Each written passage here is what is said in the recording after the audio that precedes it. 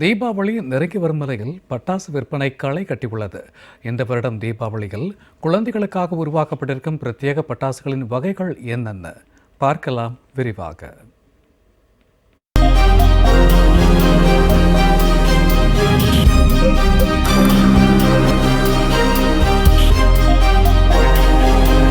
தமிழகம் மட்டுமல்லாமல் உலகம் முழுவதும் நிறைந்திருக்கும் இந்தியர்கள் அனைவரும் மகிழ்ச்சியுடன் வரவேற்கும் ஒரு திருவிழா என்றால் அது தீபாவளி பண்டிகைதான்.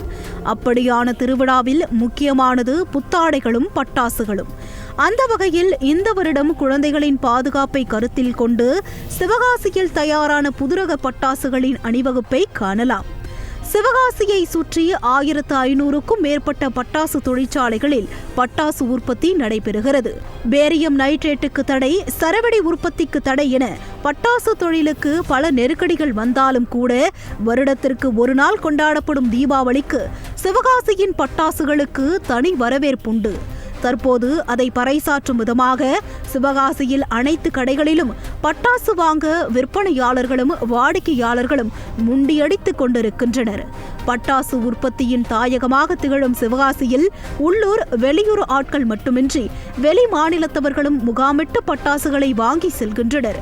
பல லட்சக்கணக்கான தொழிலாளர்களின் கைவண்ணத்தில் உருவாகும் இந்த பட்டாசுகள் தான் நாட்டின் 90% தேவையை பூர்த்தி செய்கின்றன.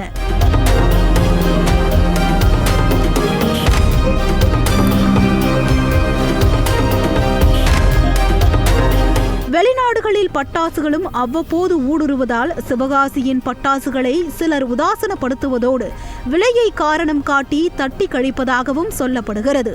இருப்பினும் வாழ்வாதாரத்திற்காக சிவகாசி மக்கள் பட்டாசு உற்பத்தியை தொடர்ந்து செய்து வருகின்றனர். பொதுவாக பசுமை பட்டாசு உற்பத்தியில் செலவினங்கள் அதிகம் என்பதால் இந்த ஆண்டு பட்டாசுகளின் விலை 40% முதல் 80% வரை அதிகரித்துள்ளது. அப்படி இருக்கையில் புதுவித பட்டாசு அறிமுகத்திலும் எந்தவித குறைவும் பாதிப்பும் இல்லாத வகையில் தயாரித்திருப்பதாக உற்பத்தியாளர்களும் விற்பனையாளர்களும் தெரிவிக்கின்றனர். நாங்கள் கடந்த ஒரு 5-7 வருஷமாக பட்டாசு கடை வச்சுருக்கோம். அந்த ஃபீல்டில் இருக்கிறோம். இப்போ கடை வந்து ஒரு 5 வருஷமாக வச்சுருக்கோம். என்னென்னு பார்த்தீங்கன்னா, இப்போ வெரைட்டியாக புது வெரைட்டியாக வந்திருக்கு. நான் உங்களுக்கு எக்ஸ்பிளைன் பண்ணுறேன், என்னென்னு பார்த்துக்கோங்க. ஊர் வந்து தாயல்பட்டினே.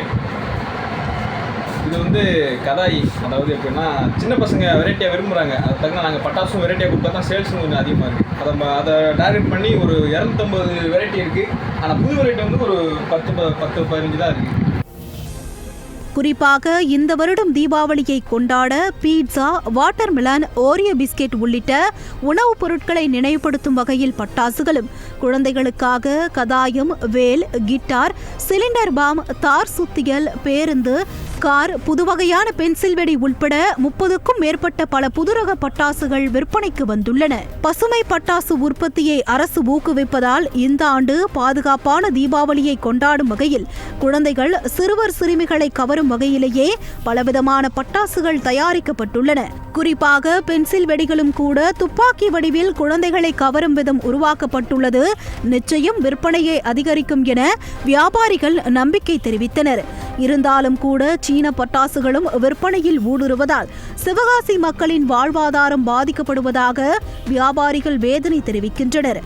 எங்களுக்கு வந்து வாழ்வாதாரம் எல்லாமே பார்த்தீங்கன்னா இந்த ஃபயர் ஒர்க்ஸ் இதை நம்பி தான் வாழ்கிறோம். எங்களுடைய வாழ்வாதாரம் எங்களுடைய விருதுநகர் மாவட்ட மக்கள் எல்லாமேவும் இந்த ஃபயர் ஒர்க்ஸு இதை நம்பி தான் வாழ்வாதாரமேவும். இப்போ ஒரு சில பட்டாசுகள்லாம் வருது. சைனா பட்டாசுன்றாங்க, ஒரு பசுமை பட்டாசுன்றாங்க. அது உள்ளக்க வர்றதுனால எங்களுடைய மக்களுடைய விருதுநகர் மாவட்ட மக்களுடைய வாழ்வாதாரம்லாம் பாதிக்கப்படுது, குறையுது. அதனால் எங்களுக்கு கிடைக்கக்கூடிய உரிமைகள்லாம் நாங்கள் விட்டு கொடுக்குற மாதிரி இருக்கிறோம். கடந்த ஆண்டை விட இந்த ஆண்டு பசுமை தீர்ப்பாய உத்தரவு, தொடர் ஆய்வு, 150 ஆலைகள் சஸ்பென்ஸ் உள்ளிட்ட காரணங்களால் குறைவான பட்டாசுகள் உற்பத்தியானது என்றும், அதிகாரிகளின் கெடுபிடியால் விற்பனை குறைந்துள்ளது எனவும் ஒருவரும் விற்பனையாளர்கள் வேதனை தெரிவித்ததோடு சீன பட்டாசு உள்ளிட்டவைகளை தடை செய்ய வேண்டும் எனவும் கோரிக்கை விடுத்துள்ளனர். போன வருஷத்தோட இந்த வட்டம் சேல்ஸ் வந்து ரொம்ப கொஞ்சம் மந்தமாக தான் போயிட்டுருக்கு. ஏன்னு கேட்டிங்கன்னா, போன வட்டம் வந்து லாபம் 6000 கோடி வந்தது. இந்த வட்டம் வருமா என்னன்றது வந்து கொஞ்சம் சந்தேகம் தான். ஏன்னு கேட்டிங்கன்னா, நிறைய ஃபேக்ட்ரியில் வந்து சஸ்பெண்ட் பண்ணிட்டாங்க. அதனால் சரக்கு வர்றது வந்து ரொம்ப கம்மியாயிருச்சு. அதனால் சரக்கு அதிகமாக சேல்ஸும் ஆகலை, பர்ச்சேஸ் பண்ணுறதும் கொஞ்சம் கம்மியாக தான் இருந்தது. அதனால் சேல்ஸ் ஆகிறது கொஞ்சம் கடுமையாக தான் இருக்கும்னு நான் நினைக்கிறேன். நம்ம பட்டாசுகளில் ஓரளவுக்கு நார்மலாக போய்கிட்டே இருக்குது. இந்த புது பட்டாசுகள் வந்து கொஞ்சம் ஓரளவுக்கு அதிகமாக சேல்ஸ் ஆகிட்டு இருக்குது. சென்ற வருடம் 6000 கோடி ரூபாயை வருமானமாக பெற்ற தீபாவளி பட்டாசு விற்பனையானது இந்த வருடம் ஏறியிருக்கும் விலைவாசியினாலும் கடும் கெடுபிடியாலும் பழைய விற்பனையை தாண்டுமா என்ற சந்தேகமும் பட்டாசு விற்பனையாளர்களிடம் எழுந்துள்ளது.